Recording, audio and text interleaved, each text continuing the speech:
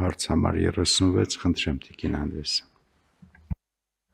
Շնորհակալություն, հարգելի պարոն Գրիգորյան, հարգելի գործընկերներ, ներկայացվող նախագիծը վերաբերում է ֆիթնես կենտրոններին եւ մարզասրահներին ներկայացվող չափորոշիչների սահմանմանը։ Ես պետք է հիշեցնեմ, որ դեռևս նախորդող շրջանում մենք նախաձեռնել էինք փոփոխություններ ֆիզիկական կուլտուրայի եւ սպորտի մասին օրենքում, որը նպատակ ուներ մի կողմից խթանելու մեր քաղաքացիների ֆիզիկական առողջ ակտիվությունը, մյուս կողմից որոշակիորեն ստանդարտներ սահմանելու այդ գործունեության համար, ապահովելու, որ այդ գործունեությունը իրականացվում է մարդու առողջության համար անվտանգ եւ ապահով միջավայրում, եւ այս շրջանակներում օրենքի փոփոխությունից հետո մենք իրականացրել ենք մի շարք աշխատանքներ, մասնավորապես ֆիթնես կենտրոնների գործունեությունը դարձել է ծանուցման ենթակա գործունեություն եւ այս տարվա փետրվարի վերջից մինչ այս պահը արդեն իսկ իրենց գործունեության մասին ծանուցել են շուրջ 40 կազմակերպություններ, ուրախությամբ պիտի փաստեմ, որ այդ կազմակերպությունները գործում են գրեթե բոլոր մարզերում եւ Երևանում, ինչը նշանակում է, որ ֆիթնես գործունեություն ծավալող կազմակերպությունները իրականում աշխարհագրության առումով բավականին ընդգրկուն են եւ իհարկե կառավարության քաղաքականությունն է, որպեսզի ել ավելի շատ լինեն ցանցերը, որտեղ մարդիկ կարող են հաճախել եւ իրենց առողջությունը բարելավող եւ նաեւ ֆիզիկական առողջ ժամանց ապահովող միջավայրում մարզվել եւ բացի դրանից սահմանել ենք նաեւ ֆիթնես կենտրոններում աշխատող մարզիչների հավաստագրման կարգը, կարևորելով այն հանգամանքը, որ այս գործունեության շրջանակներում մեր քաղաքացիներին համապատասխան խորհրդատվություն տրամադրող նրանց մարզող մասնագետները ունենան մասնագիտական պատշաճ պատրաստվածություն եւ պետք է ասեմ, որ հավաստագրման կարգը արդեն իսկ այս տարվա մայիսի 7-ից ուժի մեջ է գործում է եւ սահմանված են հստակ ընթացակարգեր եւ գիտելիքների շրջանակ, որը արդեն հավաստագրման համար հիմք է հանդիսանում։ Ըստ էության ներկայացվող նախագիծը գալիս է ամբողջացնելու քաղաքականության այս շղթան եւ սրանով էլ սահմանում ենք արդեն ֆիթնես կենտրոնների համար սահմանվող չափորոշիչները։ Պետք է ասել, որ դրանք սահմանվելու են, դրանք գործելու են որոշում ընդունելուց հետո 1 տարի ժամանակահատվածում ուժի մեջ մտնելու պայմանով, ինչը բավարար ժամանակահատված է այս պահին գործող մեր կազմակերպությունների համար բավարար ժամանակ տալու վերլուծելու սեփական գործունեությունը եւ ըստ անհրաժեշտության համապատասխան լրամշակումները անելու։ Պետք է ասեմ, որ այդ չափորոշիչները սահմանված են հստակ տրամաբանության շրջանակներում, բխեցվելով Հայաստանի Հանրապետության օրենսդրությունից, մասնավորապես առանձին կարգավորումներ են դրված ֆիթնես կենտրոններում կամ մարզասարքերում տեղադրված մարզասարքերի մասով, որպեսզի ապահովենք, որ դրանք ինքնաշեն չլինեն, ունենան համապատասխան սերտիֆիկատ եւ ըստ այդմ վստահ լինենք, որ այդ մարզագույքի օգտագործումը անվտանգ է եւ ապահովում է այն տրամաբանության մեջ, որ օգնում է մարդուն, ոչ թե վնասում։ Համապատասխան կարգավորումներ են սահմանվել օդափոխության, սանհանգույցի, ջրամատակարարման, բնական կամ արհեստական լուսավորության, ինչպես նաեւ անհրաժեշտության դեպքում բժշկական ծառայությունների հասանելիության մասով։ Իհարկե սահմանվում է նաեւ, որ ֆիթնես կենտրոնների մարզիչները պետք է ունենան հավաստագիր, որի մասին արդեն խոսեցի, եւ վստահ ենք, որ այս կարգավորումները կօգնեն, որպեսզի մեր քաղաքացիների ֆիզիկական առողջ ակտիվությունը եւ նրանց մարզումները իրականացվեն այն ստանդարտի եւ այն պայմանների պարագայում, որ վստահ լինենք, որ իրականում այս գործունեությունը իսկապես բերում է հանրային առողջության ամրապնդմանը եւ պետք է ասեմ, որ իրականում այս նախաձեռնությունը շատ մանրամասն քննարկված է ոլորտի կազմակերպությունների հետ։ Մենք մի քանի փուլով քննարկումներ ենք ունեցել ավելի քան 40 կազմակերպությունների ներկայացմամբ եւ նաեւ նրանց պահանջով է, որ ոլորտի կարգավորման որոշակի առաջարկներ են ներկայացվել, որտեղ իրականում կարծում ենք, որ դրա կարիքը կա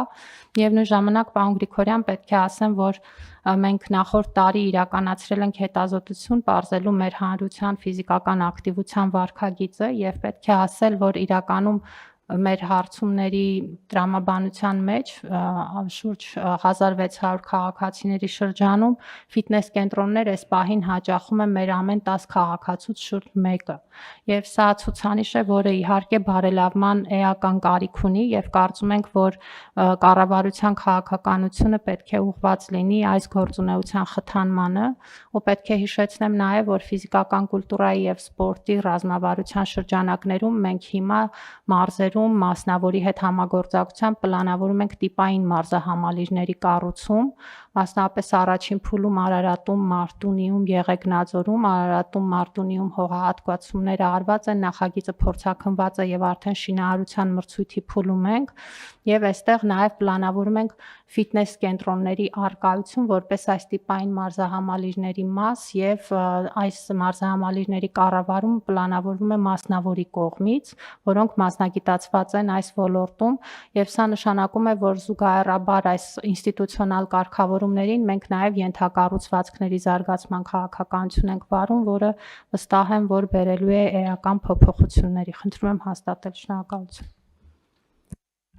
Շնորհակալություն Տիկին Անդրեասյան, կարևոր հարց է, բայց ես ուզում եմ մի հիշեցում անեմ ու մի բան խնդրեմ, որպեսզի այս process-ում ինչ անելիքներ մենք ունենք։ Հիմա եթե մենք ֆիթնես այդ ծառայությունների որակի ստանդարտի խնդիրը լուծենք, այսինքն եւ ունենանք ստանդարտ եւ նաեւ այդ ստանդարտի նկատմամբ ինչ որ վստահություն, որ այդ ստանդարտը ապահովում են, մենք պիտի արդեն կապենք այդ ծառայությունը առողջապահության ապահովագրության հետ, որովհետև եթե դուք երաշխավոր եք, որ ոլորտը կարգավորված է եւ ունի թվային շտեմարաններ, որոնք արձանագրում են քաղաքացու ֆիթնես պատմությունը, վստահեցնում եմ ձեզ, որ մենք քեշբեքի ծրագիրը անմիջապես կմեկնարկենք։ Ըստ էության, եթե մարդ ծախս անում իր ֆիթնեսի, իր սպորտի վրա, այդ ծախսը մենք կհամարենք առողջապահության ապահովագրության վճար եւ ըստ էության ամբողջ ծախսը, որ կատարվում այնտեղ, ստեղից կնվազեցվի։ Մենք այս քաղաքական պայմանավորվածությունը կարծես թե ունենք, ուղղակի ստեղ տեղեկատվական փոխանակման համակարգի խնդիրն է, որ պիտի խնդրենք, որ ոլորտը լուծի։ Այսինքն, եթե մարդ այցելում է օգտվում է այդ ծառայություններից, դա պիտի էլեկտրոնային արձանագրում ունենա, որպեսզի մենք կարողանանք արմեդում ներբեռնել եւ ավտոմատ բոնուսային կամ քեշբեքի համակարգը աշխատի ավտոմատ կերպով, ինչքան շատ մարդը սպորտով զբաղվի, այդքան շատ հետվճար կստանա ապահովագրական ծախսից, պարտադիր ապահովագրության կամ որևէ այլ բենեֆիտներ, կամ կփոխանցի ընտանիքի անդամին, այսինքն շատ են տարբերակները, բայց վստահեցնում եմ, որ այդ մոտիվացիոն համակարգը կաշխատի նույնիսկ եթե պետությունն է ապահովագրության դիմաց վճարում, բարեկամին կփոխանցենք։ Պարոն Գրիգորյան, շատ կարևոր բաղադրիչ եք նշում եւ պետք է հիշեցնեմ, որ մեր թվայնացման օրակարգում սպորտի կառավարման տեղեկատվական համակարգն է, որի մի բաղադրիչ արդեն գործարկել ենք եւ առաջիկայում թվայնացման խորհրդի առաջիկա նիստերից որևէ մեկում պատրաստում ենք ներկայացնել նաեւ այն բաղադրիչները, որոնք ձեր ասած այս լուծման հարթակը կհանդիսանան եւ կարծում եմ, որ իսկապես շատ կարևոր է այդ սինխրոնիզացիան եւ նաեւ հավելյալ արժեքը դրանից ստանալ, որովհետև այո, մարդը պետք է հասկանա, որ իր յուրաքանչյուր քայլ նպաստելով իր սեփական առողջության ամրապնդմանը, նաև հանրային առողջության եւ հանրային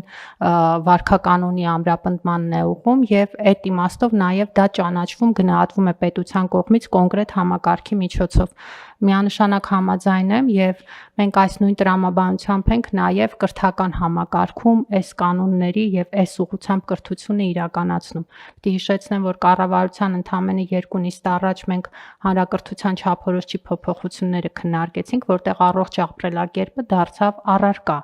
մեր դպրոցական առարկայական ծրագրում եւ դրանով իսկ նաև մենք նպաստում ենք, որպեսզի այդ վարքականոնը մեր քաղաքացիների մոտ ձևավորվի ի սկզբանե եւ ունենալով ինստիտուցիոնալ ու թվային ամբողջ համակարգը կկարողանանք նաև սպասարկել այդ վարքագիծը։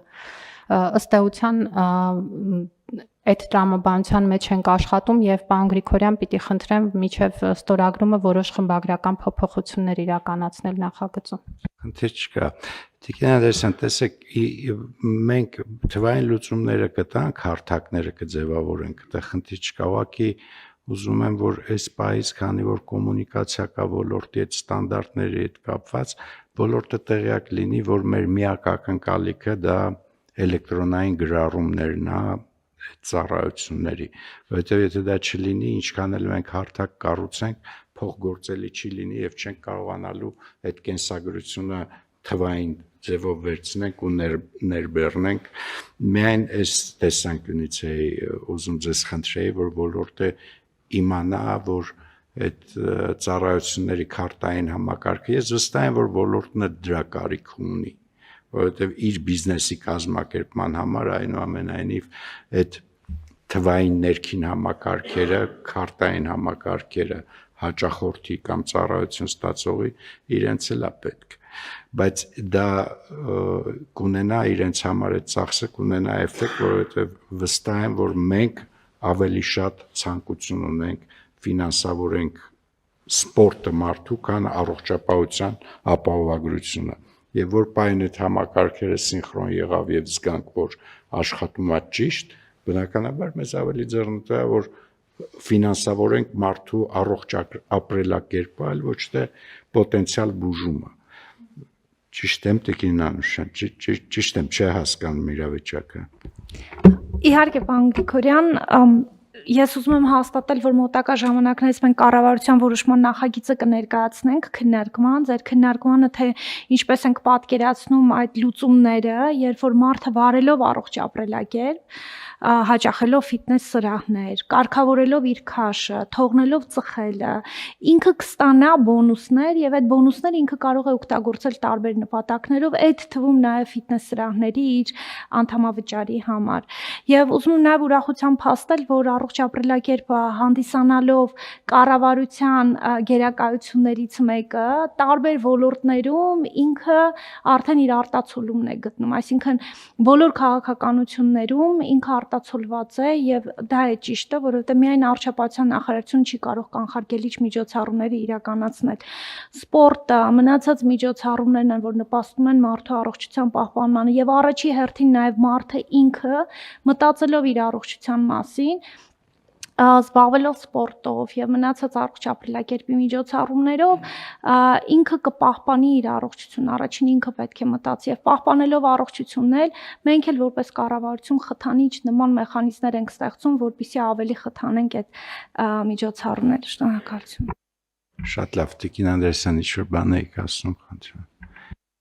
Պարոն Գրիգորյան, ես ընդհանրապես ուզում եի հիշեցնել, որ մենք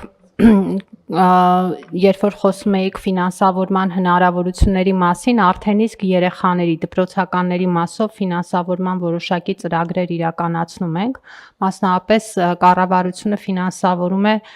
մարզերում տեղակայված մասնավորի կողմից շահագործվող կամ մասնավորին պատկանող լողավազաններում մեր դպրոցականների լողի պարապմունքները, եւ սա կոնկրետ օրինակ է այդպիսի աջակցության ծրագրի, որի շահառուն իհարկե առաջին հերթին մեր երեխաներն են եւ պետք է ուրախությամբ ասեմ, որ արդեն մի քանի 100 շահառու երեխաներ ունենք մեր շուրջ 5 մարզերում, ովքեր որ այս ծրագրից օգտվում են, բայց նաեւ կոնկրետ տնտեսվարողները, որոնք այս ոլորտում գործունեություն են ծավալում, այսպիսի ծրագրերի միջոցով նաեւ կարողանում են ընդլայնել իրենց շահառուների շրջանակը եւ ֆինանսական հոսքերը, ու պետք է հիշեցնեմ, որ կառավարության քաղաքականությունը սպորտի տնտեսականացումն է եւ ես սա համարում եմ դրա քայլերից մեկը, որովհետեւ մենք խթանում ենք մասնավորի գործունեությունը սահմանելով որոշակի աշխատանքային շրջանակ եւ նաեւ ծրագրեր, որոնք նպաստելու են նաեւ իրենց գործունեության ընդլայնմանն ու զարգացմանը, բայց այս իմաստով կուզեմ նշել, որ այդ փորձառությունը արդեն ունենք եւ կարծում եմ դա էլ մեզ օգտակար կլինի հաջորդ փուլում ձեր նշած աշխատանքները իրականացնելու համար։